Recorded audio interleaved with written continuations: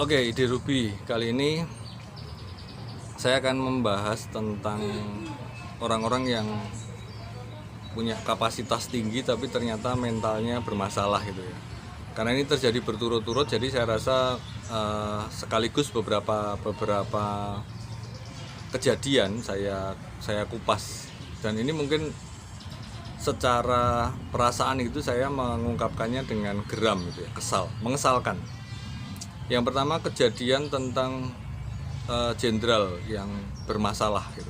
Saya melihat itu bermasalah. Nah, eh, dugaan saya sebenarnya kalau jenderal nembak anak buahnya itu mungkin ada yang lain ya, mungkin. Cuman ini terlalu brutal gitu ya, sehingga rencananya saja bahkan ketahuan dan itu merembet kemana-mana. Nah, dari situ saya merasa kebrutalan ini menjadi kebrutalan yang tidak perlu untuk eh, kelas jenderal gitu ya. Tapi justru disinilah membuka satu kotak Pandora lah istilahnya gitu tentang kejahatan yang ada di institusi itu.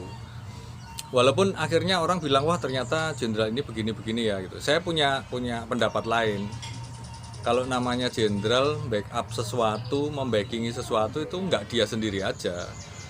Sebenarnya banyak ya, entah itu apapun bidangnya itu, entah perjudian, entah narkoba, pokoknya yang menyangkut hal-hal yang ilegal begitu.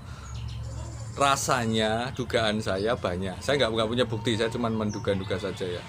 Dan apakah jenderal di institusi itu atau jenderal-jenderal di tempat lain, nggak tahu. Mungkin ada juga. Nah, terus kemudian dari kalau sekarang yang terungkap karena jenderal ini terungkap sehingga semua kesalahan kayaknya terarah ke dia, menimpa ke dia itu. Dugaan saya jenderal-jenderal yang backingi yang lain-lain mungkin juga terus menyalahkan nyalain dia aja. Udah ini ada yang muncul ya udah dia aja yang seolah-olah dia aja yang berbisnis kotor gitu. Tapi mungkin yang lain juga punya tapi tidak terungkap saja. Sesuatu yang tidak terungkap kan belum tentu nggak ada. Ya sampai di situ saja ya. Saya singkat-singkat saja. Terus kemudian kejadian kedua tentang orang kaya yang nyuri coklat. Itu juga cukup heboh kan, dan kekesalannya adalah saya sering kali melihat di lingkungan saya itu ada satu jalan, ruas jalan yang mobil nggak boleh lewat harusnya, hanya roda dua saja. Nah, beberapa mobil masih melanggar dan ironisnya juga saya mengasumsikan itu orang-orang kaya. Walaupun eh, itu hanya asumsi saya, tapi kalau mobil-mobil bagus, mobil-mobil mahal gitu, mestinya dia kaya dan mestinya juga mengerti gitu ya. Tapi ternyata memang tidak selalu orang kaya itu beradab. Nah, ini mungkin salah satunya kan, sehingga eh, saya merasa ya geram aja dengan kondisi orang kaya yang tidak beradab itu. Dan lagi-lagi bukan hanya si ibu itu aja yang tidak beradab. Menurut saya banyak sih sebenarnya. Saya pun punya beberapa bukti ya di TikTok itu, kalau misalnya saya ngerekam terus kemudian saya kesal itu, oh itu mobil ini melanggar ya gitu. Nah, itu si ibunya ya. Terus kemudian saya lihat pengacaranya saya entah bagaimana kok pengacaranya juga mau membela si ibu itu kan kekonyolan ya. Gampangannya dia ketangkep mencuri, malah dia yang manggil pengacara gitu. Ya sudahlah, itu harusnya pengacara yang tahu hukum, kok malah saya nggak tahu ya itu terjebak atau gimana, tapi akhirnya keruwetannya itu tahu lah ya, teman-teman tahu.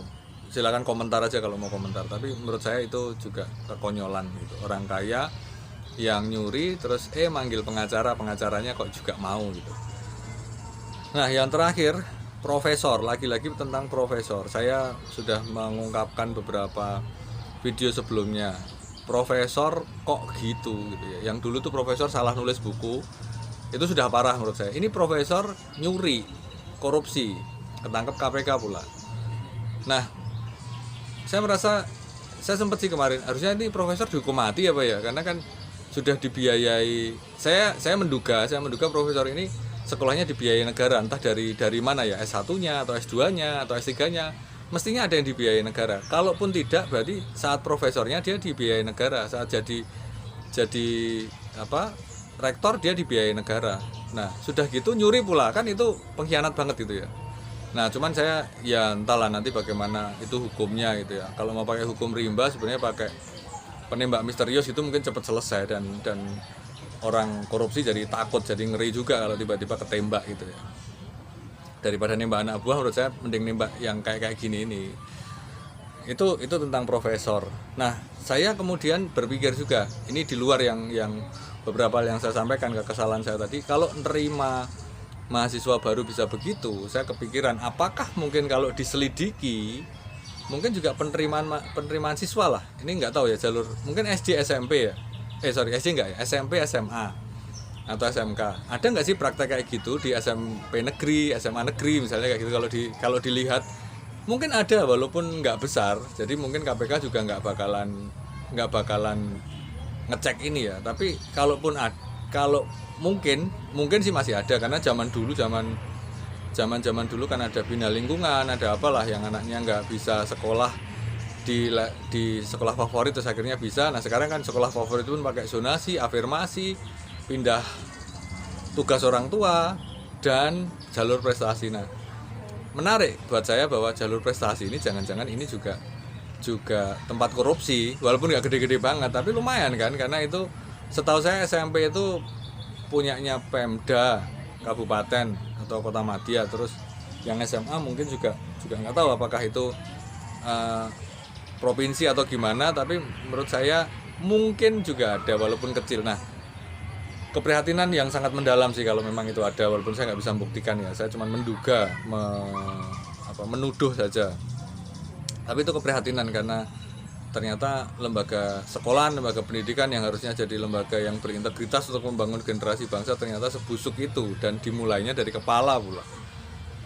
Itu baru satu universitas yang ketahuan karena dicek. Siapa tahu kalau dicek yang lain lagi ada juga, nggak tahu.